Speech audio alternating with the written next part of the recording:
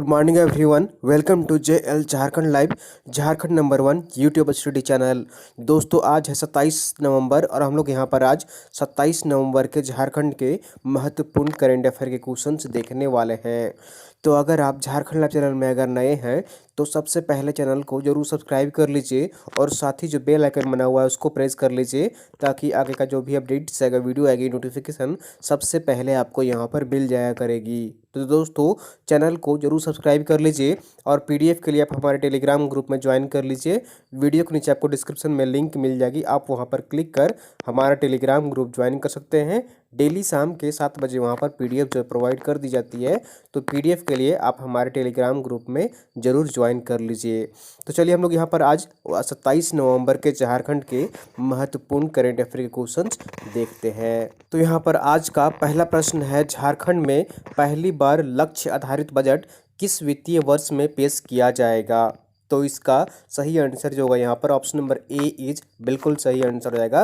वित्तीय वर्ष 2020-21 में झारखंड राज्य में पहली बार लक्ष्य आधारित बजट पेश किया जाएगा।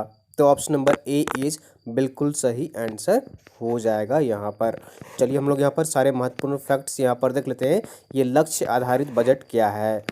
तो जैसा कि आप यहाँ पर देख पा रहे हैं, खर्च होने वाली राशि से जमीन पर कितना विकास हुआ है और उसके क्या परिणाम सामने आए हैं, इसे तय करने के लिए झारखंड सरकार पहली बार लक्ष्य आधारित बजट लाने की तैयारी कर रही है। वित्त मंत्री डॉक्टर रामेश्वर उरांव ने 2020-21 के बजट को आउटकम बजट के साथ लाने का निर्देश यहाँ पर जो है उन्होंने जारी किया है।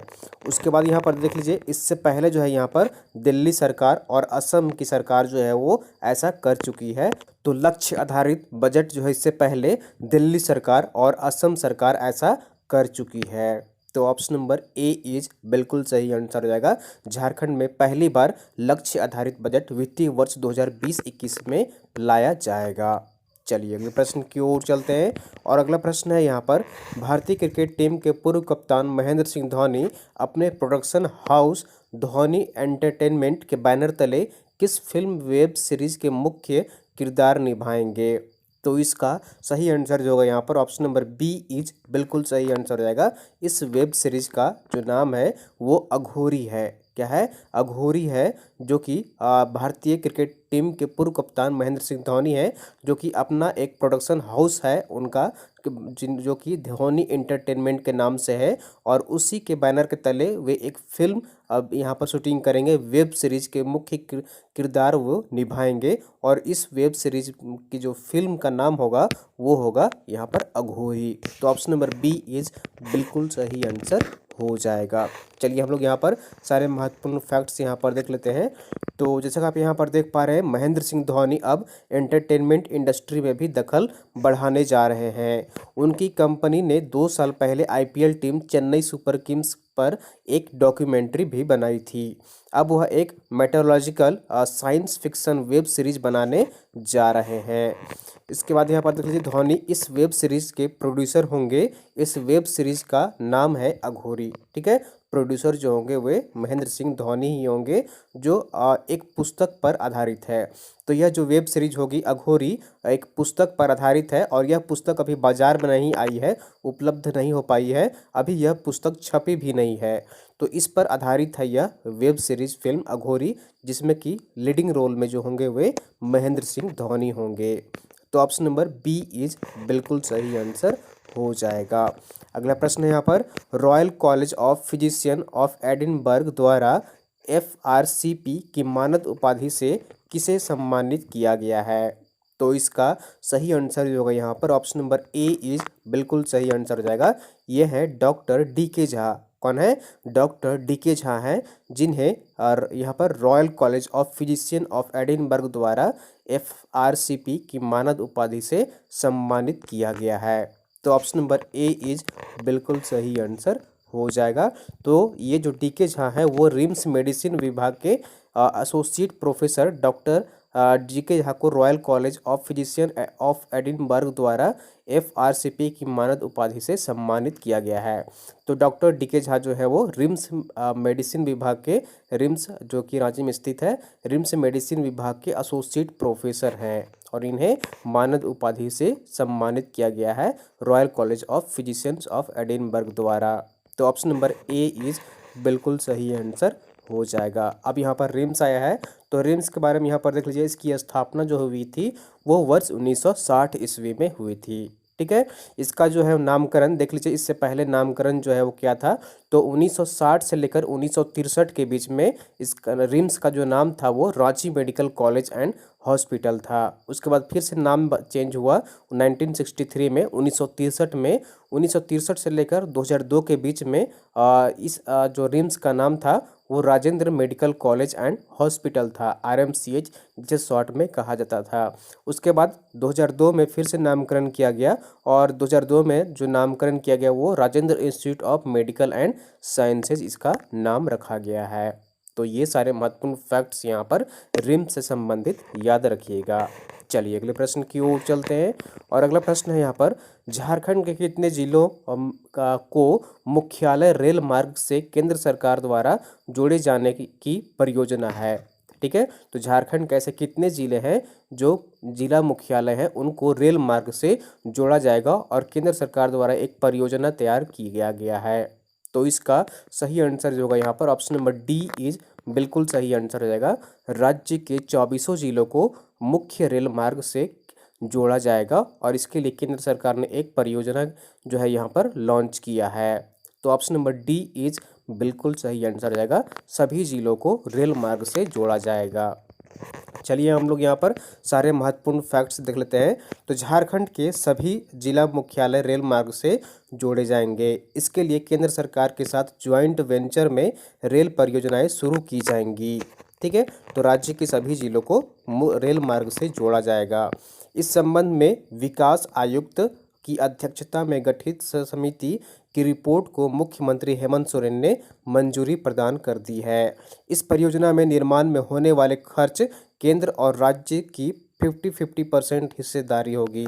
ठीक है, आधा खर्च राज्य सरकार उठाएगी, आधा खर्च केंद्र सरकार उठाएगी। वर्तमान में राज्य में चतरा, गुमला, गोड्डा, सिमडेगा और सरायकेला जिला मुख्यालय में रेल संपर्क नहीं है। तो इन सभी जिलों को, झारखंड के 24 जिलों को रेल मार्ग से जोड़ा जाएगा। इसके लिए यहाँ पर परियोजना की जो है एक यहाँ पर समिति गठित की गई है और इस समिति की जो यहाँ पर रिपोर्ट आई है उसे मुख्यमंत्री हेमंत सोरेन ने मंजूरी भी प्रदान कर दी है। तो ऑप्शन नंबर डी इज बिल्कुल सही आंसर हो जाएगा। अगला प्रश्न है यहाँ पर, झारखंड विधानसभा अध्यक्ष रविंद्रनाथ महतो 80वां अखिल भारतीय पीठासीन अधिकारियों की बैठक में शामिल होने के लिए किस राज्य में गए हैं। ठीक है, किस राज्य में 80वां अखिल भारतीय पीठासीन अधिकारियों की बैठक हो रही है और उसमें झारखंड विधानसभा के अध्यक्ष रविंद्रनाथ महतो शामिल हो रहे हैं। तो इसका सही आंसर जो होगा यहाँ पर ऑप्शन नंबर सी इज बिल्कुल सही आंसर हो जाएगा। तो 80वां अखिल भारतीय पीठासीन अधिकारियों की बैठक जो हो रही है वो गुजरात में हो रही है। कहाँ पर हो रही है? गुजरात राज्य में हो रही है और वहीं पर झारखंड विधानसभा के अध्यक्ष रविंद्रनाथ महतो शामिल होने के लिए गए हैं। तो ऑप्शन नंबर सी इज बिल्कुल सही आंसर हो जाएगा। चलिए हम लोग यहाँ पर सारे महत्वपूर्ण फैक्ट्स यहाँ पर देख लेते हैं। तो झारखंड विधानसभा अध्यक्ष रविंद्रनाथ महतो 80वां अखिल भारतीय पीठासीन पदाधिकारियों की बैठक में भाग लेने के लिए केवाड़िया गुजरात में शामिल हुए हैं। अध्यक्ष रविंद्रनाथ महतो ने यहाँ पर देख लीजिए सशक्त लोकतंत्र के लिए विधायिका, कार्यपालिका एवं न्यायपालिका का यहाँ पर जो है समन्वय विषय पर व्याख्यान प्रस्तुत किया है। तो यहाँ पर सम्मेलन में उन्होंने जो है वो ये बातें कही हैं। केवड़िया जो है वो कहाँ पर स्थित है? तो ये जो है यहाँ पर यहीं पर सरोवर बांध के निकट है, जो कि जहाँ लौह पुरुष सरदार पटेल के विश्व प्रसिद्ध प्रतिमा जो है, सबसे ऊंची जो प्रतिमा स्थित है वो यहीं पर स्थित है, जहाँ की यहाँ पर जो मीटिंग हो रही है, बैठक हो रही है 80वां अखिल भारतीय का, वहीं पर केवाड़िया में ही यहाँ पर आयोजन किया जा रहा है और यहीं पर प्रसिद्ध प्रतिमा अवस्थित है सरदार पटेल की। यह सम्मेलन 26 नवंबर तक यहाँ पर आयोजित किया गया है। ठीक है। तो रविंद्रनाथ महतो हैं जो कि झारखंड विधानसभा के अध्यक्ष हैं, वो गुजरात गए हुए हैं शामिल होने के लिए 80वां अखिल भारतीय पीठासीन अधिकारियों की बैठक में। तो अब यहाँ पर गुजरात आया है, तो गुजरात के बारे में यहाँ पर देख लीजिए। तो गुजरात की जो कैपिटल है, राजधानी है, वो गांधीनगर है। ठीक है। और उसके बाद मुख्यमंत्री जो है वहाँ के वो विजय रूपानी है, और राज्यपाल जो है वो कौन है, तो आचार्य देवव्रत है। कौन है, आचार्य देवव्रत है, जो कि गुजरात के राज्यपाल हैं। तो ये सारी बातें याद रखिएगा गुजरात राज्य से संबंधित। अगला प्रश्न है यहाँ पर, झारखंड राज्य के कितने स्कूलों को कितने विद्यालयों को मुख्यमंत्री स्वच्छ विद्यालय पुरस्कार दिया जाएगा। ठीक है। झारखंड राज्य के कितने स्कूलों को यहाँ पर मुख्यमंत्री स्वच्छ विद्यालय पुरस्कार दिया जाएगा। तो इसका सही आंसर जो होगा यहाँ पर ऑप्शन नंबर सी इज बिल्कुल सही आंसर हो जाएगा। तो 119 विद्यालयों को, कितने विद्यालयों को, 119 विद्यालयों को मुख्यमंत्री स्वच्छ विद्यालय पुरस्कार दिया जाएगा। राज्य भर से 119 विद्यालयों को मुख्यमंत्री स्वच्छ विद्यालय पुरस्कार दिया जाएगा।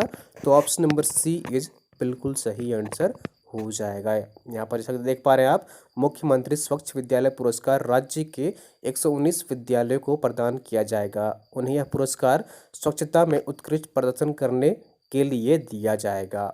ठीक है।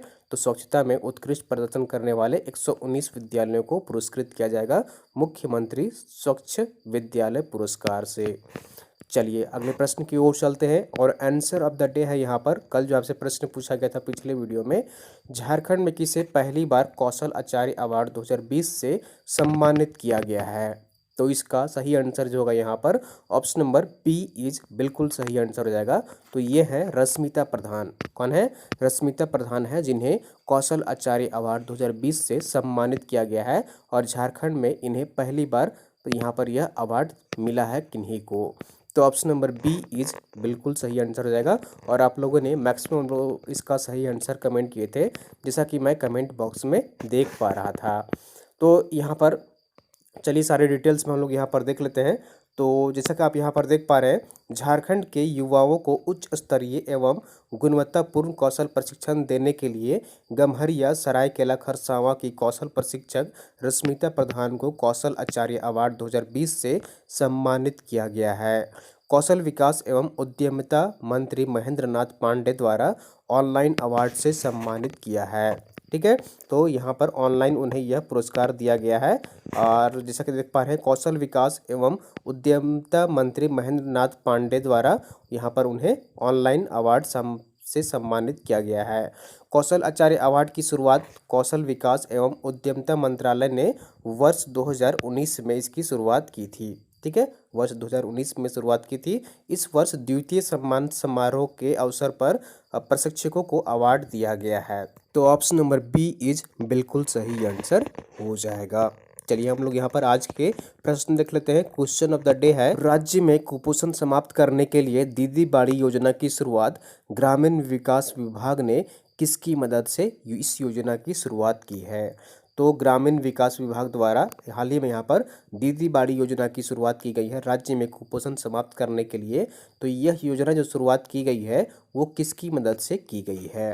तो यहाँ पर देख लीजिए, 4 ऑप्शन है आपके। पहला है झालसा, दूसरा है JSLPS, तीसरा है डालसा, या फिर चौथा यूनिसेफ। तो आपको कमेंट करके बताना है कि दीदी बाड़ी योजना की शुरुआत किस सहायता से यहाँ पर शुरुआत की गई है। ठीक है, तो इसका सही आंसर कमेंट करने की कोशिश करिएगा दोस्तों कमेंट बॉक्स में। तो दोस्तों ये थी यहाँ पर आज की झारखंड की महत्वपूर्ण करंट अफेयर क्वेश्चंस। उम्मीद करता हूँ आपको वीडियो पसंद आई होगी। जरूर लाइक करिए, चैनल को सब्सक्राइब नहीं किया सब्सक्राइब कर लीजिए, और वीडियो को आप लोग अपने दोस्तों के साथ अधिक से अधिक शेयर कर दिया करिए, ताकि अन्य लोग भी यहाँ पर जुड़ सकें और झारखंड के महत्वपूर्ण करंट अफेयर क्वेश्चंस देख सकें।